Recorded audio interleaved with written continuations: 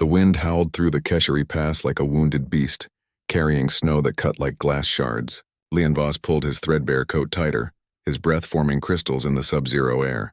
At 17, he'd crossed these mountains a dozen times, scavenging fuel cells from crashed survey ships to trade in the valley settlements. Being an orphan on a frontier colony meant you learned to survive or you didn't learn anything at all. That's when he heard it. A sound that didn't belong to the wind. A whimper barely audible over the storm.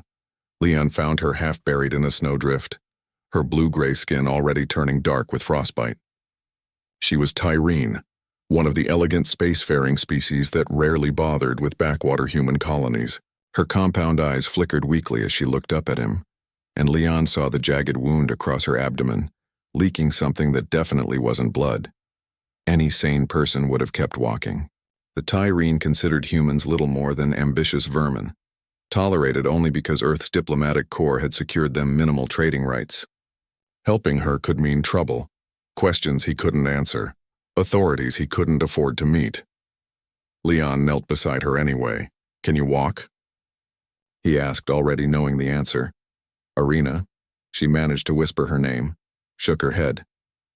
Her translator implant sputtered, mixing her native clicks with broken standard. "Raiders. Hunting me, please. Leave me." "Not happening," Leon muttered. He was scrawny for a human, but humans had one advantage out here. They were stubborn as hell. He rigged a makeshift sled from his pack and some debris, then began the agonizing journey back down the mountain. What should have taken 2 hours stretched into 6. The storm intensified, as if the mountains themselves wanted them dead.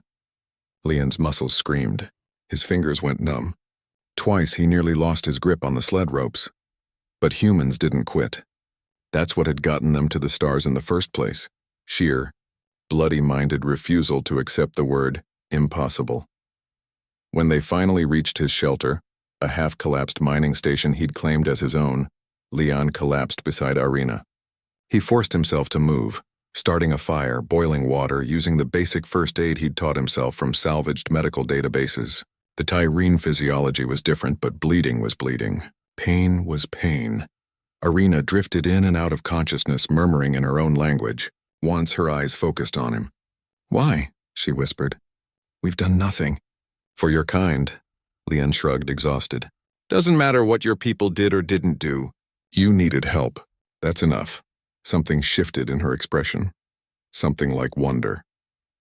By dawn, the storm had passed. Arena's wound had stabilized and she could stand, though she leaned heavily on a makeshift crutch. She needed proper medical care, the kind only available in the distant cities. Leon pointed her toward the safest route. "Thank you, Leon Voss," she said, her translator working properly now. "I won't forget this." He nodded, expecting never to see her again. One good deed in a hard life, that was all. He was wrong. The next morning, Leon woke to the sound of engines. 30 ships descended from the gray sky like avenging angels, their hulls marked with the insignia of the Crethal Syndicate, the same raiders who'd wounded Arena. They landed in a perimeter around his shelter, and Leon's stomach dropped. He had one ancient plasma pistol with a half-dead charge. They had enough firepower to level a city. The lead raider emerged, a hulking Vraxian with 4 arms and a reputation for cruelty that spanned 3 sectors. "Human," he growled through his translator. "You sheltered valuable property. Give her up and we'll let you die quickly." Leon's hands trembled as he raised his pathetic weapon. This was it then, some cosmic joke. Survive the mountains only to die for a stranger. Then the sky split open. A Tyrene warship materialized from quantum slip space, followed by another and another. 12 in total, their weapons already charged. The lead vessel's communications array crackled to life and Arena's voice rang across every channel.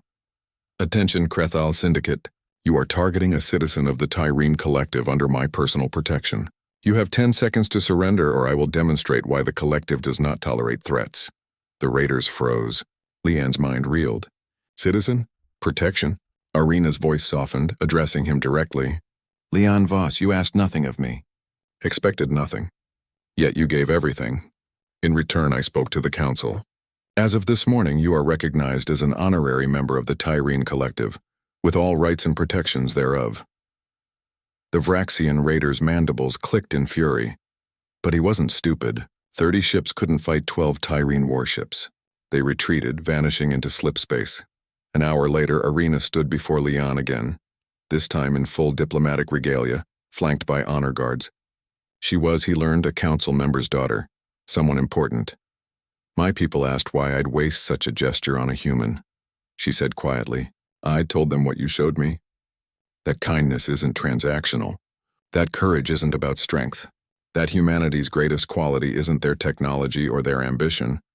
It's that they help, even when it costs them everything, even when it gains them nothing.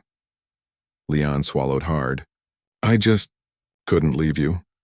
I know, Arena said, and her alien features held something unmistakably like a smile. That's exactly why. As the Tyrene ships departed, leaving supplies and a standing offer for Leon to join their academy, he stood alone on the mountain once more. The wind still howled. The cold still bit. But something had changed. Humanity had been noticed, not for their weapons or their territory, but for something far more dangerous to the galaxy's comfortable hierarchies, their refusal to look away.